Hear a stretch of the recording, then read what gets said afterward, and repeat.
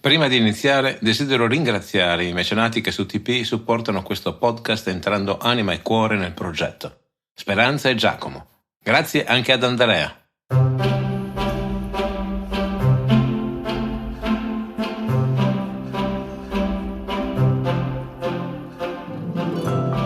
Questo che stai ascoltando è Mitologia, le meravigliose storie del mondo antico. Sono Alessandro Gelain, insegnante di filosofia, psicologia e scienze umane. Se vorrai stare in mia compagnia, ti offrirò le storie più interessanti della mitologia greca e romana. Il mito ha ancora molto da insegnarci e talvolta, come uno specchio, è capace di mostrare meglio a noi stessi quello che siamo. Puntata numero 178. La regina delle Amazzoni. Prima parte.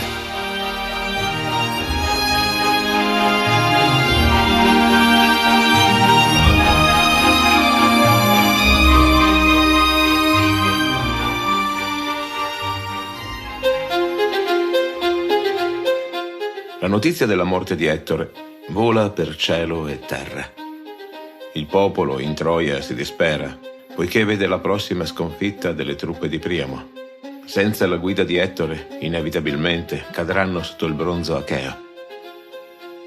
Ci sono altri che invece, da questa morte pur sentita dolorosamente nel profondo, traggono nuova forza e nuova volontà di combattere l'invasore.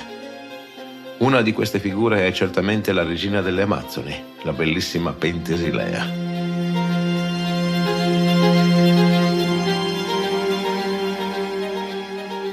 La presenza di Pentesilea a Troia è dovuta a una molteplicità di fattori. Secondo alcuni, infatti, durante una battuta di caccia, Pentesilea ha trafitto per errore sua sorella, la regina Ippolita, colpendola a morte. Divenuta regina a suo malgrado, la triste Pentesilea, con un drappello di 12 compagne, cavalca dalle rive del Termodonte fino a Troia per farsi purificare da Re Priamo. Giunge proprio nel momento più grave, poco dopo la tumulazione delle ossa di Ettore. Re Priamo accoglie la regina delle Amazzoni con tutte le attenzioni e lo splendore che vengono riservati ad un capo di stato straniero che giunge in visita. Banchetti, doni e ori attendono Pentesilea al suo arrivo. La regina accetta benevolmente le attenzioni del grande re, ma ella desidera la purificazione da Priamo, anche se in seconda battuta comincia a bramare ardentemente di scendere in campo contro le forze achee.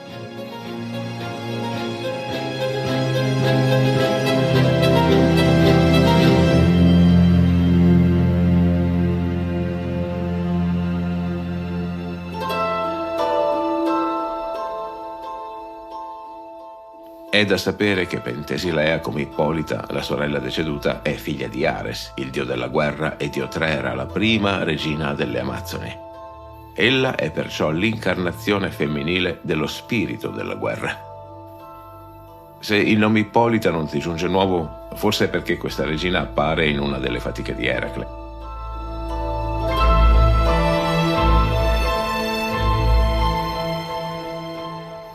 Il semidio, figlio di Zeus, è in missione proprio a Temiscira, la città-stato delle Amazzoni, per andare a recuperare la cintura di Ippolita. Qui, evidentemente, seguiamo un'altra linea narrativa. Qualche parola sulle Amazzoni. La loro capitale, come hai sentito, è Temiscira ed è una città che sorge sul corso del fiume Termodonte che si getta nel Mar Nero. Il Mar Nero, nell'immaginario greco di questo periodo, è un luogo barbaro dove barbare popolazioni vivono. Prospera nella Colchide, una regione che si affaccia ad est in questo mare chiuso, Re Eeta, depositario temporaneo del Vello d'Oro. Qui vive Medea, figlia del re, maga terribile e tenebrosa dagli oscuri poteri. Qui vivono le Amazzoni, una popolazione di donne guerriere che in modo autarchico provvedono completamente a loro stesse in una società che appare rovesciata rispetto a quella greca.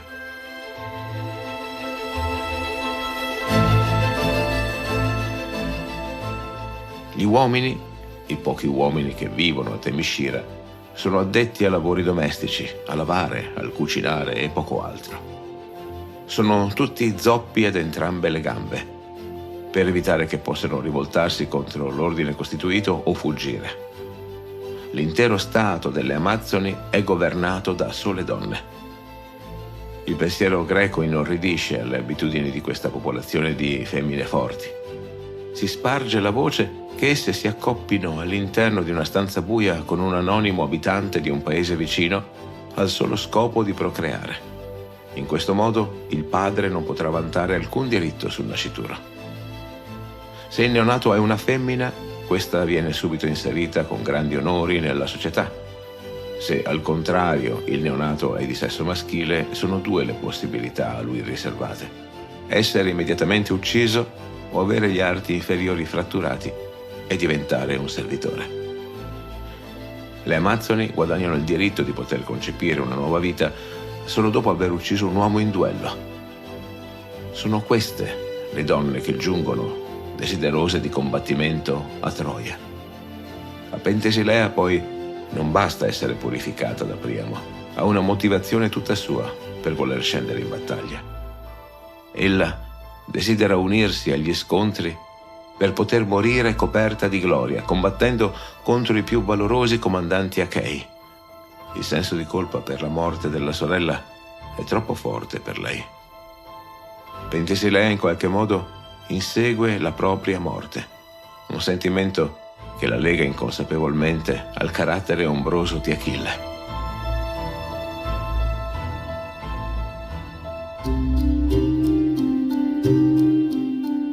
Come se tutto ciò non bastasse, questa regina è stata maledetta, e nessuno ne conosce il motivo, dalla stessa Afrodite. Pentesilea è destinata ad essere violata da chi ne vedrà il corpo. Per questo motivo ella viaggia perennemente protetta da una meravigliosa armatura donatale da Ares e con il volto occultato alla vista da uno strettissimo elmo, da cui escono solo alcune ciocche bionde. La sua bellezza viene così descritta da Quinto di Smirne. La seguivano 12 fanciulle, tutte splendide, tutte bramose di guerra e di infausto ardore. Pur essendo nobili, erano sue ancelle, ma tutte quante, di gran lunga, superava Pentesilea. Come quando nell'ampia volta del cielo tra le stelle, la splendida luna rifulge tra tutte spiccando, allorché il cielo è stato squarciato dalle nubi tonanti e acquiete il potente impeto dei venti che spirano furiosi, così ella spiccava tra le fanciulle che incalzavano. Tutti i troiani, corsi da ogni dove, molto si stupivano quando volgevano lo sguardo verso la figlia di Ares, instancabile dagli alti schinieri simili ai beati, poiché duplice era il suo volto, apparendo ora terribile, ora fulgida, quand'ella amabilmente sorrideva, e sotto le ciglia dolci gli occhi lucevano simili a raggi di sole. Il pudore di rosso le tingeva le gote, sulle quali soave grazia si posava, di coraggio vestita. Pentesilea, dicevamo, giunge a Troia con 12 bellissime Amazzoni e subito si prepara alla battaglia. Organizza con le rinvigorite truppe troiane una sortita a sorpresa per l'alba del giorno dopo.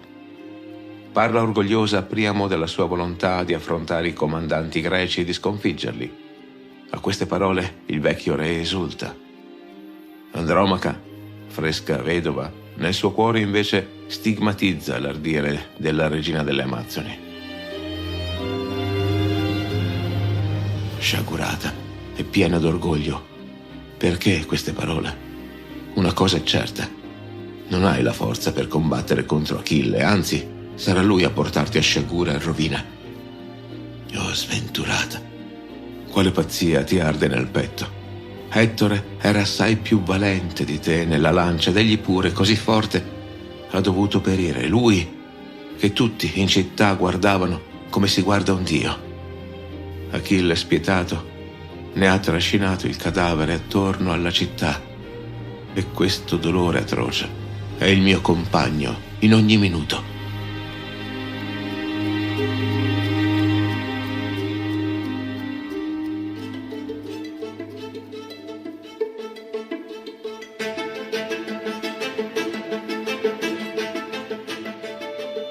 Durante la notte, un sogno ingannatore visita la mente della figlia di Ares, facendole assaporare una vittoria che le appare prossima, a portata di mano. Al risveglio, ella si sente ancor più risoluta ad affrontare i greci e i suoi comandanti tutti. Diomede, Aiace, Telamonio e lo stesso Achille dovranno piegarsi alla sua forza. Indossa i lunghi schinieri d'oro per proteggere le gambe, la corazza che ospita sulle spalle un fodero con una spada, il cimiero d'oro e imbraccia poi il grande scudo a mezzaluna. Salendo a cavallo prende con sé 2 giavellotti ben resistenti ed una affilata ascia di penne, arma dono di Eris, la funesta divinità della lotta e della discordia, sorella di Ares. Sorridendo per le sue armi, Pentesilea raggiunge la testa delle 12 compagne e ordina la carica verso le file achee. Ella vuole giungere alle concave navi dei greci e dar loro fuoco. I troiani vanno all'attacco, brandendo le loro armi e falcidiando i nemici. Le Amazzoni uccidono decine e decine di soldati e diversi eroi e comandanti di nome. Quinto di Smirne riporta come Pentesilea trafigga tra gli altri Macaone, figlio di Asclepio, uno dei 2 formidabili medici al servizio delle truppe di Agamennone. Un'altra sua vittima è Podarce, fratello minore dello sfortunato Protesilao, di cui ricorderei certo la commovente storia, una delle prime in questo lungo percorso sulla guerra di Troia.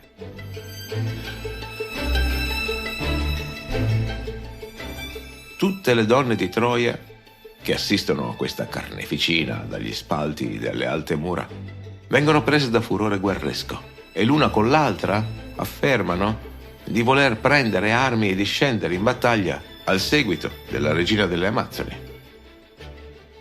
Come impazzite scendono dalle alte mura e vanno a recuperare pezzi di armatura, spade e cimieri. Solamente Teano, l'anziana consorte di Antenore, si frappone ormai fra queste donne in armi e le porte scee. Con parole accorate, l'anziana apostrofa queste donne sconsiderate che, vedendo l'ardore della regina delle Amazzoni, reputano di essere anch'esse valide combattenti solo per il fatto di essere donne. Le spinge a riflettere su quello che stanno per fare e quella che è la loro vita quotidiana. Nessuna preparazione alla guerra, nessuna abilità guerresca.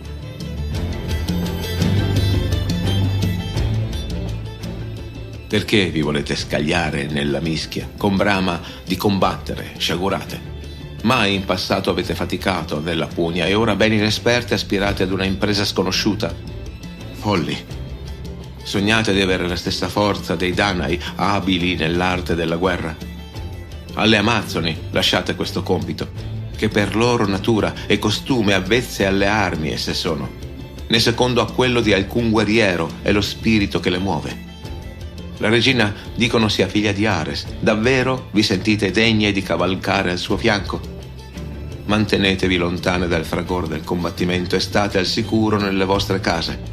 Tornate ai telai, perché è compito dei vostri uomini il combattere.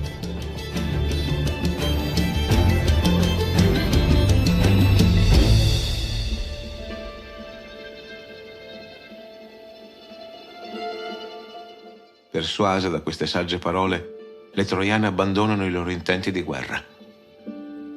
Sul campo di battaglia, intanto, i greci sono stupiti di come i troiani abbiano recuperato lucidità e forza in così breve tempo, superando velocemente l'impotenza che un lutto così importante come la perdita di Ettore ha sicuramente infuso nei loro cuori.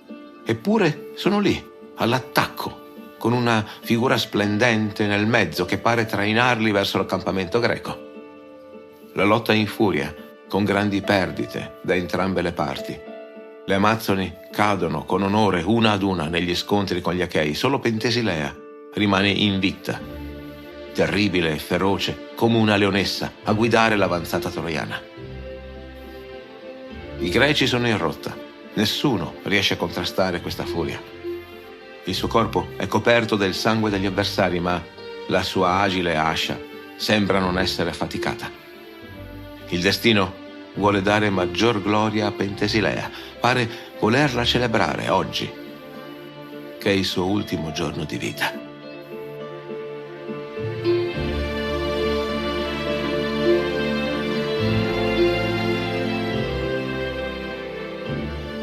Fatti sentire.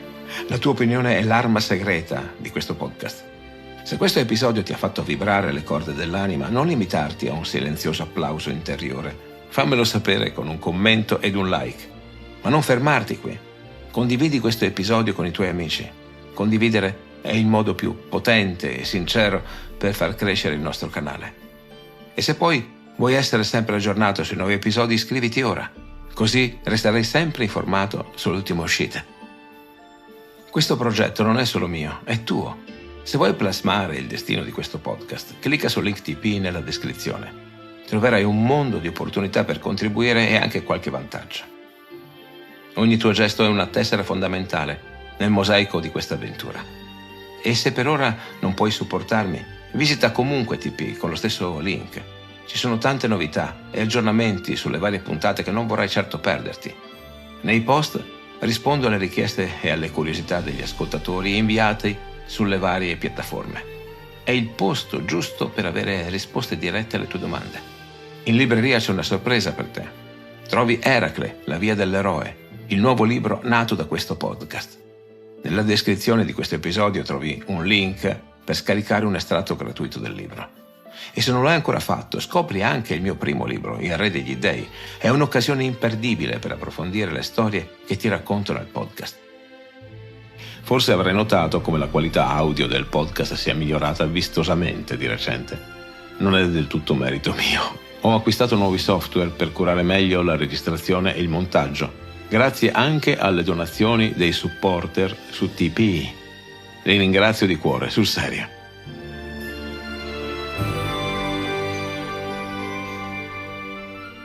Hai appena ascoltato un episodio del podcast Mitologia, le meravigliose storie del mondo antico, raccontate da me, Alessandro Gelain. Grazie per esserti sintonizzato. Apple Podcast, Google Podcast, Spotify, Castbox, Spreaker, scegli tu. Iscriviti a questo podcast sulla tua piattaforma preferita. Ci sentiamo al prossimo episodio.